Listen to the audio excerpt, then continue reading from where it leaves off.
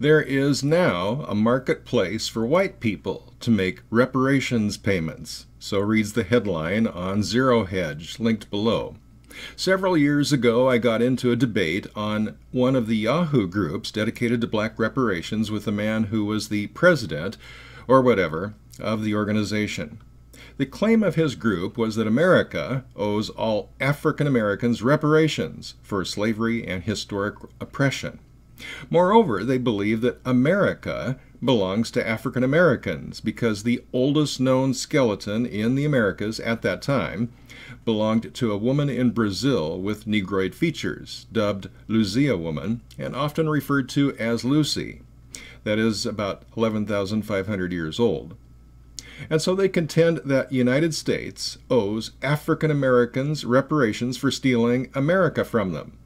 The ancient Brazilians, that is. See the logic? Yeah, me neither. I said that they ignored that all cultures around the world have at one time or another engaged in slavery, that it was Africans who enslaved other Africans and sent them to be slaves in America.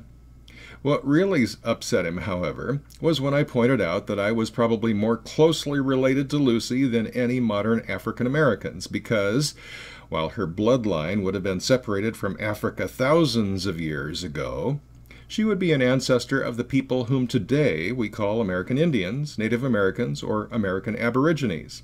But it gets even better. More recently, another skeleton of Proto-American Asian descent has been discovered off the coast of Mexico that is even older, dating to 12,000 to 13,000 years ago. What's more, a skeleton discovered off the coast of California in 1959 and called the Arlington Springs woman was recently reanalyzed and found to be about 13,000 years old. So the claim that the Americas were stolen from Africans millennia ago is not only stupid, it's false. But what about the idea that Americans should make reparations to African Americans for slavery and historic oppression? This claim depends on the revisionism that whitewashes history to ignore the existence and persistence of slavery as an institution around the world and throughout history right up until it was abolished by white people. But wait, it gets even better. Most white DNA includes at least a trace of African DNA. According to Ancestry.com, I myself am about 0.7% African American. So as a white, American Indian, African American man, I reject the racist agenda of those who strive to guilt white people with their identity politics and race baiting.